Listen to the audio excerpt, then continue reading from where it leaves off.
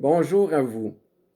Évangile de Jésus-Christ selon saint Luc du 4e dimanche du carême de l'année C qui porte sur le Fils prodigue. Les publicains et les pécheurs venaient tous à Jésus pour l'écouter. Les pharisiens et les scribes récriminaient contre lui. Cet homme fait bon accueil aux pécheurs et il mange avec eux. Alors Jésus leur dit cette parabole.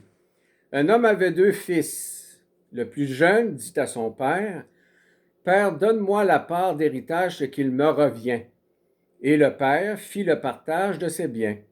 Peu de jours après, le jeune rassembla tout ce qu'il avait et partit pour un pays lointain où il gaspilla sa fortune en menant une vie de désordre. Quand il eut tout dépensé, une grande famine survint dans cette région et il commença à se trouver dans la misère. Il alla s'embaucher chez un homme du pays qui l'envoya dans un champ garder les porcs. Il aurait bien voulu se remplir le ventre avec les gousses que mangeaient les porcs, mais personne ne lui en donnait. Alors il réfléchit, « Tant d'ouvriers chez mon père ont du pain en abondance, et moi ici, je meurs de faim. Je vais retourner chez mon père et je lui dirai, « Père, j'ai péché contre le ciel et contre toi. Je ne mérite plus d'être appelé ton fils. Prends-moi comme l'un de tes ouvriers. » Il partit donc pour aller chez son père. Comme il était encore loin, son père l'aperçut et fut saisi de pitié. Il courut, se jeta à son cou et le couvrit de baisers. Le fils lui dit, « Père, j'ai péché contre le ciel et contre toi. Je ne mérite plus d'être appelé ton fils. » Mais le père dit à ses domestiques, « Vite, apportez le plus beau vêtement pour l'habiller. Mettez-lui une bague au doigt et des sandales aux pieds. Allez chercher le veau gras, tuez-le, mangeons-le et festoyons. Car mon fils que voilà était mort, il est revenu à la vie. Il était perdu et il est retrouvé. » Et ils commencèrent la fête. Le fils aîné, étant au champ, à son retour, quand il fut près de la maison, il entendit la musique et les danses. Appelant un des domestiques, il demanda ce qui se passait. Celui-ci répondit, « C'est ton frère qui est de retour. Et ton père a tué le veau gras parce qu'il a vu revenir son fils en bonne santé. » Alors le fils aîné se mit en colère et il refusait d'entrer. Son père, qui était sorti, le suppliait, mais il répliqua, « Il y a tant d'années que je suis à ton service sans avoir jamais désobéi à tes ordres, et jamais tu m'as donné un chevreau pour festoyer avec mes amis. Mais ton fils que voilà est arrivé, après avoir dépensé ton bien avec des filles, tu as fait tuer pour lui le veau gras. » Le père répondit, « Toi, mon enfant, tu es toujours avec moi, et tout ce qui est à moi est à toi. Il fallait bien festoyer et se réjouir, car ton frère que voilà était mort, et il est revenu à la vie. Il était perdu, et il est retrouvé. » Acclamons cette parole de Dieu. Louange à toi, Seigneur Jésus. Quel beau texte de l'Évangile que nous avons aujourd'hui avec la fameuse parabole du Fils prodigue, communément appelé, que le Christ utilise pour nous enseigner essentiellement et fondamentalement le manque de lien avec Dieu. Les 2 fils, tout ce qu'ils ont comme problème majeur dans leur existence familiale, parce que ce sont des circonstances, des conflits familiaux que l'on voit souvent dans nos familles respectives. Alors, l'enseignement premier du Christ ici repose exclusivement sur le manque d'amour de Dieu pour les 2 enfants du bon père de famille. Le bon père de famille qui aime ses enfants d'une façon inconditionnelle, véritable amour de Dieu, qui représente Dieu en fait, et les deux fils qui sont définitivement à quelque part ingrats, qui sont axés exclusivement sur la vie matérielle.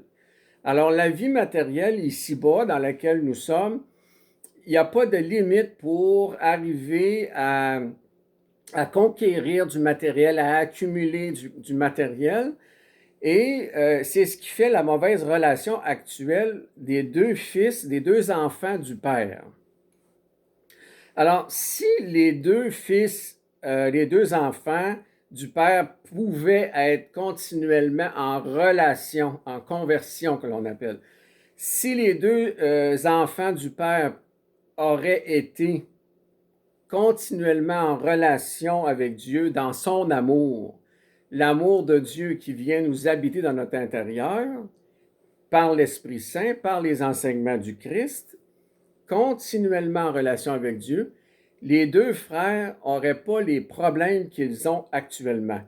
D'abord, le premier, le plus jeune, le cadet, lui, s'il aurait été en relation véritable avec Dieu, il aurait eu une vie qu'on peut qualifier normale, donc un fonctionnement intéressant, parce que même dans la richesse qu'il aurait pu accumuler avec son père, il aurait pu créer des organismes philanthropiques. Alors, par charité, avec ce qu'il possédait, il semblait posséder passablement d'argent, il aurait pu faire des belles œuvres par charité. Et du même coup, ça aurait donné un sens à sa vie. Parce que quand on reçoit l'amour de Dieu et qu'on est comblé intérieurement, le matériel, c'est quelque chose qui devient secondaire. On a évidemment des besoins à combler, mais la priorité, c'est d'aider son prochain par charité. Donc, il n'y aurait pas eu ces problèmes-là de partir finalement là, avec son héritage et aller en folie, faire la fête dans la débauche et tout dépenser. En fin de compte, il cherchait quelque chose de fondamental pour remplir son intériorité. Et c'est seulement Dieu qui pouvait le faire. Et son père aussi. Son père lui enseignait cet amour-là, évidemment inconditionnel, mais il n'a pas compris le sens. Alors, si effectivement on avait pu, s'il avait pu découvrir Dieu, il n'y aurait pas eu cette destinée de sa vie.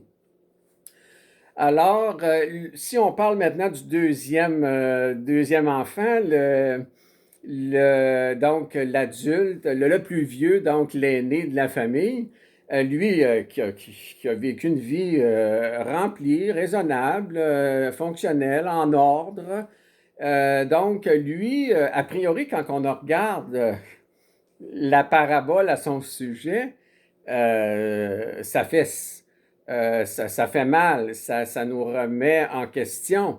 Donc, parce que le Christ, dans ses enseignements, c'est toujours lui qui a raison, veut pas. Dans ses enseignements, des fois, on peut trouver que c'est contradictoire. On dit ça ne tient pas la route, c'est pas logique, c'est pas cohérent dans la vie. Ben non, oui, c'est cohérent. C'est que lui, finalement, il a pensé seulement à l'acquisition des biens, puis il n'y avait pas de relation, lui non plus, avec Dieu. Donc, la jalousie s'est installée. Alors, il n'était pas mieux placé finalement que l'autre quand on y pense sérieusement. Donc, la morale de toute cette histoire, c'est véritablement justement le lien avec Dieu que l'on doit le plus possible entretenir par la méditation, la prière, la contemplation, toujours être en lien avec Dieu, lever sa conscience vers Dieu, et ce qui fait que son amour vient nous habiter par l'Esprit Saint dans notre intérieur, et ça vient combler le vide intérieur qu'on a. Et si on n'a pas ça, c'est sûr qu'on va être porté vers toutes sortes de folies, d'excès, et ça peut même nous amener vers la mort si on abuse trop de choses qui ne sont pas appropriées pour nous. Alors, mais c'est toujours ce qu'on tente de rechercher. Finalement, c'est l'amour, mais l'amour dans quoi? Dans le superficiel et le matériel, c'est éphémère, ça ne dure pas. Alors, c'est certain que si on est en lien avec Dieu, continuellement, c'est certain qu'on va être appuyé, heureux, dans le bonheur, mais on va être appuyé pour faire son cheminement spirituel, sa propre vocation, donc à servir les autres.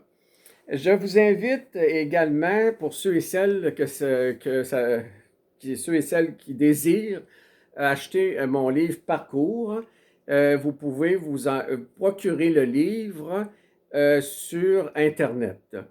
Alors, je tiens à vous souhaiter une bonne semaine.